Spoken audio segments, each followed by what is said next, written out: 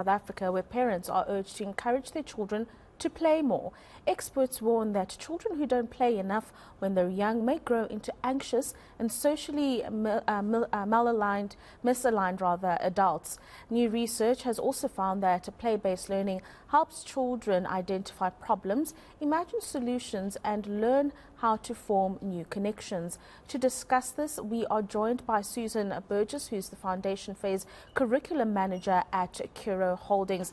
Susan, thank you for joining us this afternoon for a very important conversation, many would say. We just think about children being at school and absorbing knowledge from books and textbooks as the foundation phase of a child's learning, but there's a lot more to that, and that includes play. Yes, that's so true.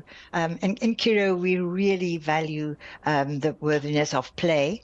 Play-based learning is what children do naturally. So that's why we allow them to do what they naturally do.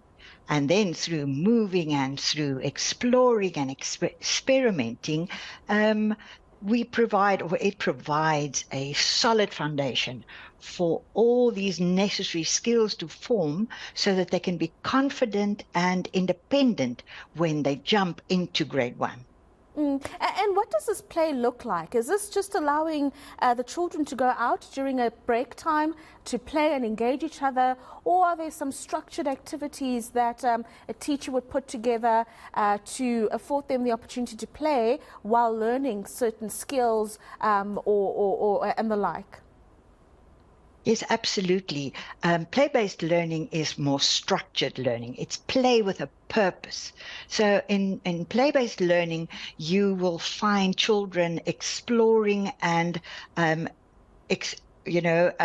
will be experimenting with things, and they will using real concrete activities. The brain learns so well when all the senses are involved. So the teachers will do carefully planned, structured activities where they can smell and taste and hear and see an object. And then they also do a lot of movement. So when the brain picks up all these senses, it learns ultimately. And it's also a lot of fun. Has research shown then that this kind of structured play at that level of learning does then equip them with the skills, interpersonal or otherwise, that they're going to need from grade 1 all the way through their primary schooling? Absolutely.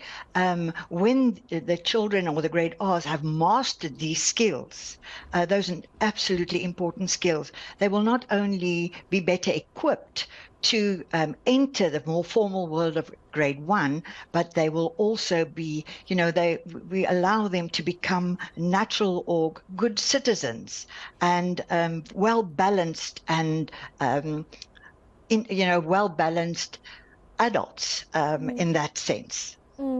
Curro is fortunate in that it is a private schooling provider, but there are other government institutions that may not necessarily have the resources to provide structured playing time for children. Are there any innovative ways then, Susan, that could be looked at to ensure that we are still giving children that playtime, that structured playtime, despite the absence of some resources? Absolutely. You don't have to have any expensive equipment. All recycled materials or things can be used. For instance, we can use tires and crates to balance on, and to chairs to climb under and over, to move their bodies, to make their bodies ready and strengthen their core. We can use anything to create or to be creative. To start from a blank page is so important, where children plan how to maybe make after they have manipulated a concrete objects. Say, for instance, they're working with fruits or vegetables. So after they've touched the fruit, they looked what it looked like, they felt it, they cut it open, they look on the inside, they tasted it. Now they are ready to create a picture and to be creative. And then they can use anything out of nature, things that they have around the house, to create a picture of maybe a basket of fruit. And then they draw the basket of fruit with wax crayons or with materials that are available. So they are planning this, and they are using their prior knowledge of, touching it, and they looked at it and they handled it and they felt how smooth it was. So then they can be creative. And that also allows the other important skills, the social skills. They work together. They ask when they need something.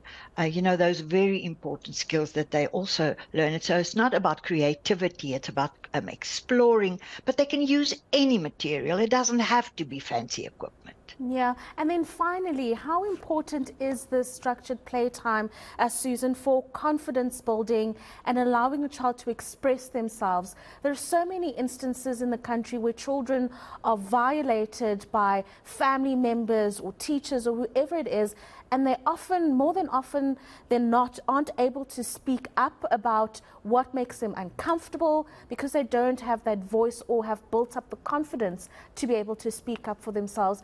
How does structured play, if at all, contribute to a child having a voice to say, I'm uncomfortable with this, or I am comfortable with this? It's extremely important, because through this structured play, they learn how to communicate with each other. They are in a nature and a nurturing environment. They feel safe in their classroom. They have a good connection with their teacher. They love the teacher. All children love their teacher. So with that connection and tiny little things that we want them to succeed. So every little thing that they succeed in, which is to, peel the own banana, or open its own fruit, or build its buttons, or fasten his buttons, or tie his shoelaces. Every little success that a child experiences builds his confidence little by little, until by the end of the year, or even earlier, they become confident. And that's the biggest gift a parent can give to a child, is to make them independent. Let them do things for themselves. Let them succeed in little things that they can do, because in creative art, they're experiencing, with fantasy play they experience. So much can be learned from how children play. And sometimes if they don't have the words, the fantasy play comes out, or they play with Play-Doh and they are building or drawing something with Play-Doh. So all of that, every single experience a child has that which is positive, builds their self-confidence, so that we send a confident child to school. Thank you very much for those interesting insights, Susan Burgess, joining us this afternoon to break down the importance of playtime in a child's development and what it does for their confidence. Let's move over